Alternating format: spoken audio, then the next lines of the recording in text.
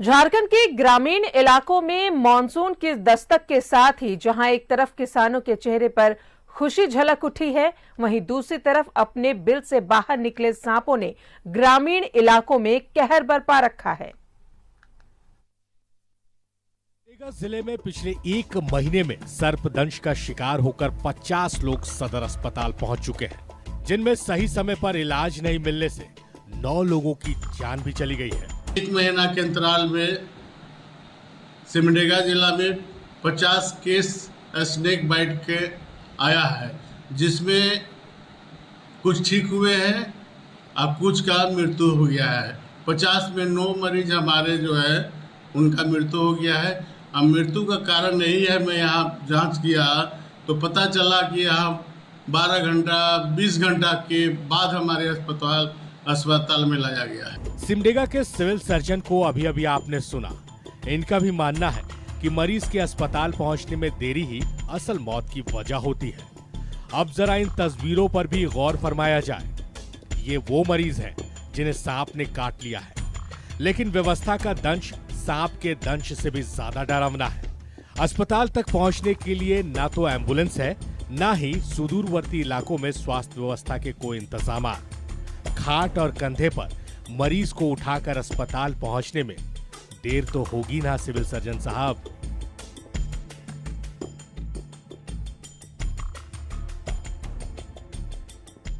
विडंबना है कि स्वास्थ्य के क्षेत्र में एक के बाद एक झंडे गाड़ने का दावा करने वाले विभाग को कौन बताए कि आज भी ग्रामीण इलाकों में हो रही कई मौतों का कारण व्यवस्थाओं का जीरो होना ही है। न्यूज़ 11 भारत के लिए सिमडेगा से आशीष शास्त्री की रिपोर्ट।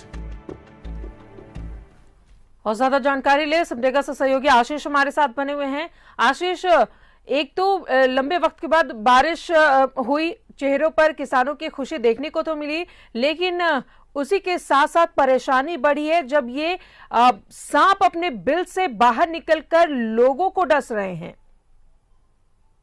जी राजदा, बिल्कुल देखिए, बारिश तो आई, मानसून आए और धरती की प्यास बुझाई, किसानों के खुशी से झलक, लेकिन दूसरी तरफ इसी धरती से ये बारिश की बूंदें जब पड़ी तो इसी धरती से विषधर लोगों की मौत बनकर बाहर निकलने लगे और बारिश से बचने के लिए विषधर लोगों के घरों में घुस जाते हैं। राजदा, बता दें कि सिमडेगा का ग्रामीण इलाका जो है काफी गरीब है और यहाँ लोग जमीन पर सोते हैं। इनके पास चौकी नहीं है, खटिया नहीं है जिसके ऊपर ये सो सके, तो जमीन पर ये सोते हैं राजदा। और यहाँ तक सांप बहुत आराम से पहुंच जाते हैं और ये बेकसूर ग्रामीण जो हैं वे सर्पदंश का शिकार बनते हैं।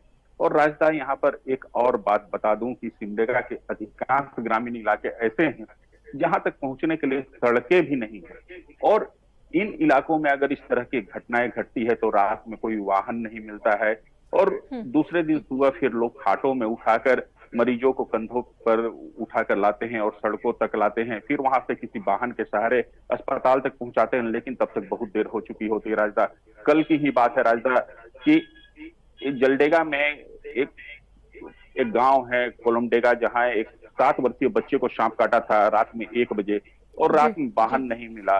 तब सुबह में उसके परिजन उसको 6 बजे सुबह सदर अस्पताल लेकर आए, लेकिन सदर अस्पताल पहुंचते पहुंचते उस बच्चे ने दम तोड़ दिया। राजदा, काफी दुख होता है ये सारे चीजों को देखकर, लेकिन जो हालात हैं वो यही कह रहे हैं कि विकास अभी भी कोसों दूर है, जिसके कारण लोग मौत के मुंह में समा रहे हैं। राजदा जी, चलिए, बहुत बहुत शुक्रिया आपका आशीष।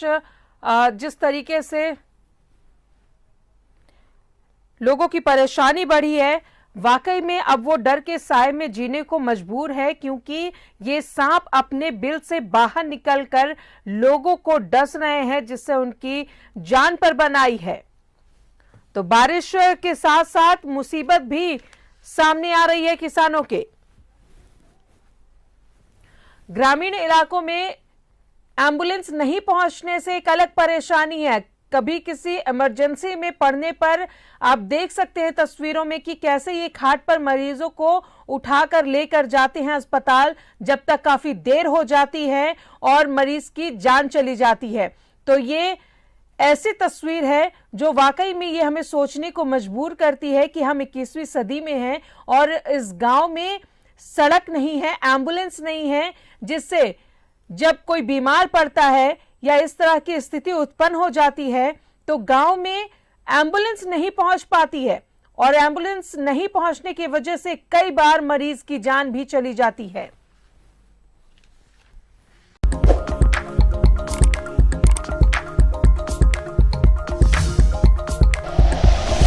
Like and share videos, subscribe करें हमारा चैनल और प्रेस करें बेल आइकॉन। न्यूज़ 11 भारत, सच है तो दिखेगा।